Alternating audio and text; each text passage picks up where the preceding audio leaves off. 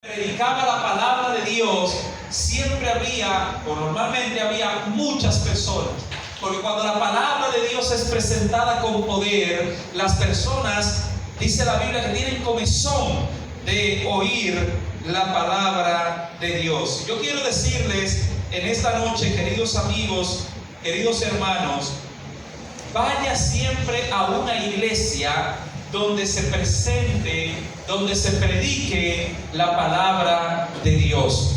Una de las cosas que me hizo a mí ser adventista del séptimo día y bautizarme en la iglesia adventista del séptimo día fue que todo lo que decían en la conferencia donde iba estaba basado en la palabra de Dios, siempre con un texto bíblico. Y yo aprendí eso y trato siempre en todas las conferencias siempre tener textos bíblicos para que ustedes vayan leyendo conmigo y vayan viendo que yo no me estoy inventando nada, sino que lo que estoy diciendo está en la palabra de Dios. Y si la palabra de Dios lo dice, yo lo creo.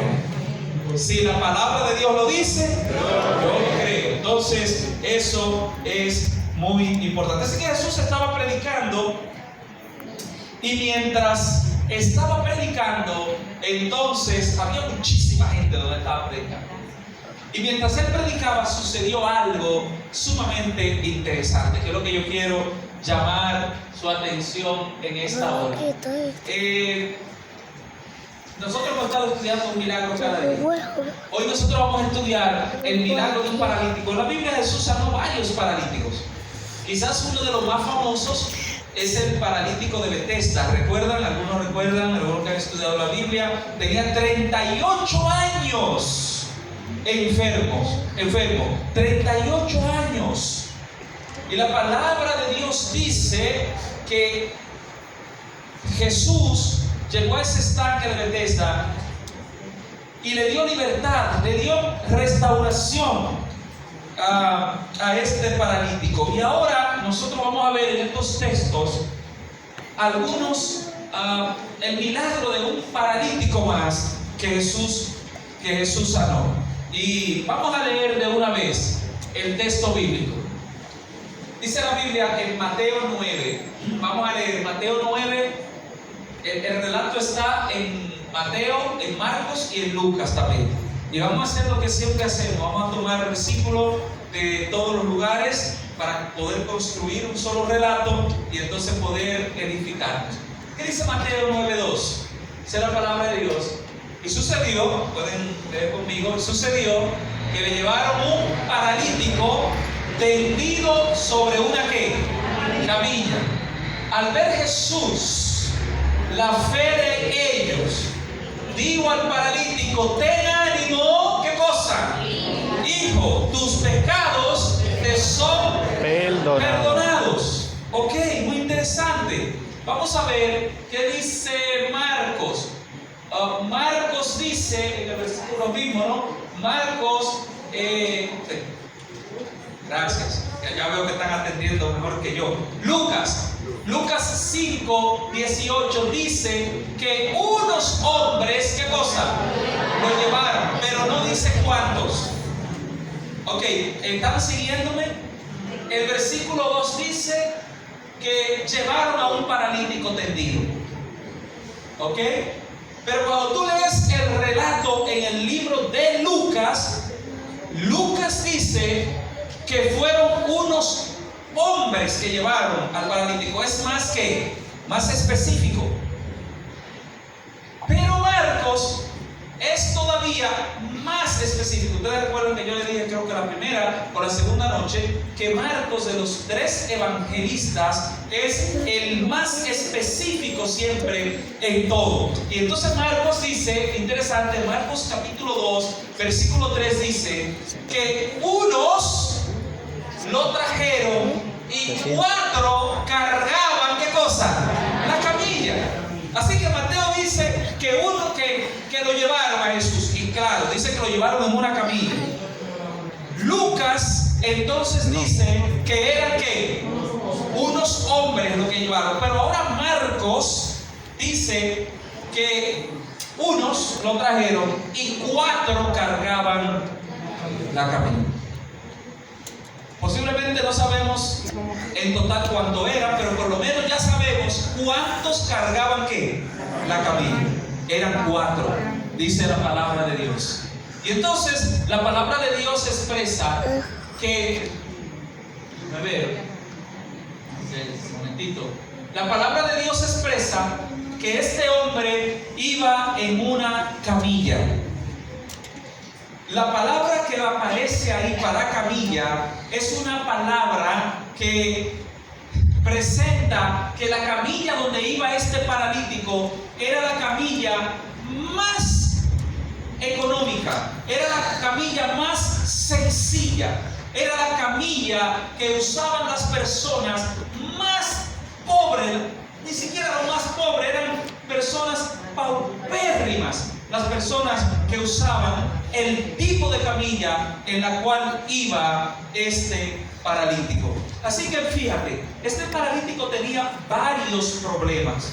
Número 1, este paralítico tenía el problema de que estaba paralítico. Bien, ya eso era un problema.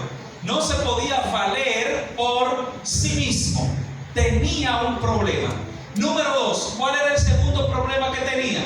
Que además de que tenía un problema, que no podía caminar, que no podía moverse, el lugar donde estaba no era un lugar confortable, no era un lugar cómodo, no era un lugar que tenía un confort, vamos a decir así, una comodidad para él poder estar tranquilo. Pero bueno, es interesante lo que la palabra de Dios entonces expresa, porque este hombre también, aparte de que era paralítico, o sea que tenía un problema físico, además de que tenía un problema socioeconómico, también tenía un problema espiritual. Él tenía un problema de que no tenía quizás una gran esperanza. Es un punto muy importante. Y además de eso, este paralítico, según la evidencia bíblica, el texto bíblico, no vamos a entrar en mucho detalle por el tiempo, pero este paralítico da a entender el texto bíblico que había llegado a ese problema de la parálisis por un desorden en su estilo de vida. Ustedes saben que hay personas que tienen algún problema físico, alguna enfermedad, no necesariamente porque ellos buscaron esa enfermedad, sino porque simplemente le vino. Este paralítico pareciera ser que con su estilo de vida llegó a quedarse paralítico. Eso es como personas, ¿no? Por ejemplo, una persona que es adicta, por ejemplo, al cigarrillo, por decir algo, a fumar, sabe que va a tener mayor probabilidad de contraer un cáncer de pulmón que una persona que sencillamente que no fuma. Entonces, una persona que fuma sabe que se está acarreando sobre sí un problema. Entonces eso pasó con este paralítico. Es muy probable que algún tipo de conducta de él lo llevaron a esa parálisis. Así que problema físico, problema socioeconómico, pero también tenía un problema espiritual. No tenía ningún tipo de esperanza. Y la palabra de Dios expresa que no hay una cosa más grande para el ser humano que tener esperanza.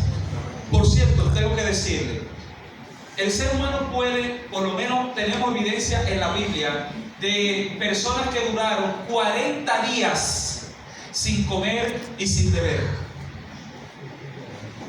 y sobrevivieron. Hay evidencia. Usted puede durar hasta 8 minutos sin respirar y puede vivir.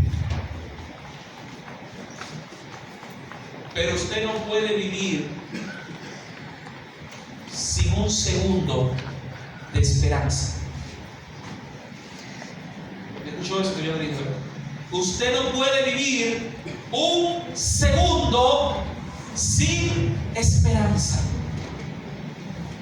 Por eso decían los más viejos que lo último que se pierde es ¿qué cosa?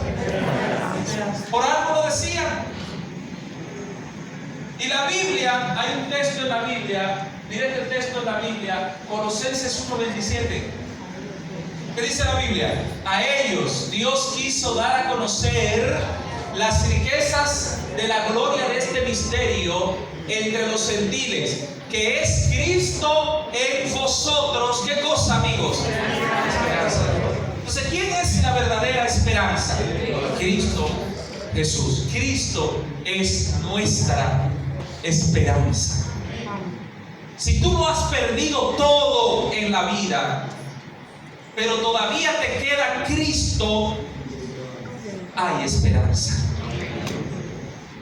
Pero si lo tienes todo en la vida y no tienes a Cristo y no tienes la verdadera esperanza, quiero decirte que no tienes nada. Porque lo que le da sentido a la existencia es Cristo Jesús. Cristo Jesús, dice el apóstol Pablo, Cristo Jesús es la esperanza de ¿qué cosa? De gloria. Él es tu esperanza. Si hoy entraste a este lugar sin esperanza, Cristo es tu esperanza. Si hoy tú que me estás escuchando por las redes estás en una situación difícil, que no tiene paz, no tiene tranquilidad, Cristo es tu esperanza. Es posible que alguien aquí esté enfermo, que haya tenido un cáncer, que haya tenido una enfermedad tremenda, terrible.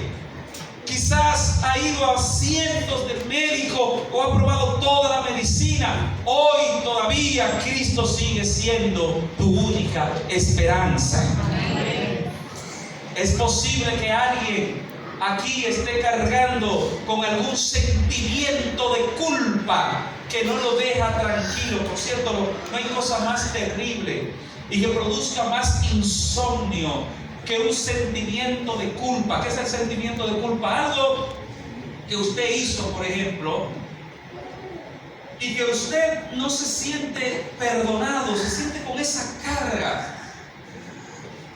Algo que posiblemente nadie más sabe que usted hizo, pero lo tiene guardado, no se sabe de cuántos años. Algo, un pecado que quizás cometió, hizo algún asunto y aún le ha pedido perdón a Dios, pero no se siente usted perdonado o perdonada. Tiene esa carga, tiene ese peso que no le da tranquilidad. Yo quiero decirte que esta noche, que si estás así, Cristo es la esperanza de gloria. Amén. Cristo es tu esperanza de gloria. Posiblemente pienses que tu problema no tiene solución. Cristo es la esperanza de gloria. Si es problema, todo problema tiene solución para gloria y honra del Señor. Si no tiene solución, entonces no es problema. Mientras hacía la visita, recibí una llamada de una de mis hijas. Estaba en la visita con una situación allí, con un problema. Y yo le decía, mira, si es un problema, tiene una solución. Hay que mantener la esperanza. ¿Qué es lo que hay que mantener?